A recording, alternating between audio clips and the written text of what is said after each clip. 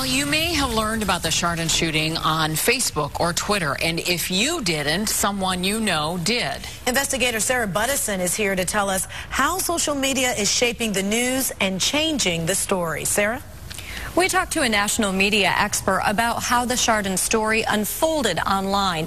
He says social media played a significant role in spreading information, but there were a few problems. The shots were fired, and the news went viral.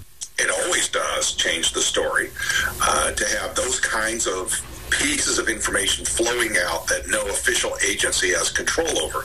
Digital media expert Al Tompkins says information about the Chardon High School tragedy flowed fast, with stories from students immediately hitting Twitter and Facebook.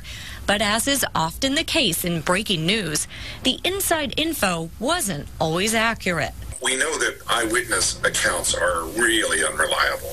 And so they were in this case. We had wildly different reports about where the shootings occurred, how many shots were fired, what kind of weapon was used. The worst example, this picture. Somehow it was tweeted, retweeted, and even reported by news outlets as a photo of accused shooter TJ Lane.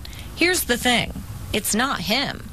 But Tompkins says the mistake doesn't mean social media websites should monitor information more closely. I gotta say, I don't think that's their function.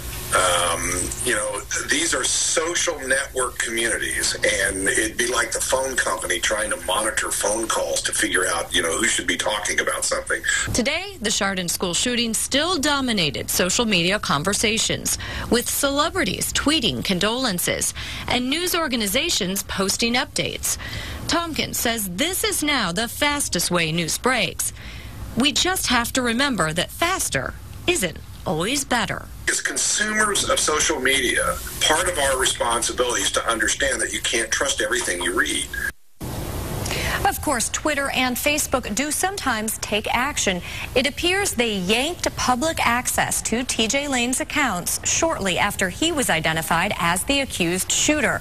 Tompkins says it is common practice to make public information private when a person is involved in a high-profile crime.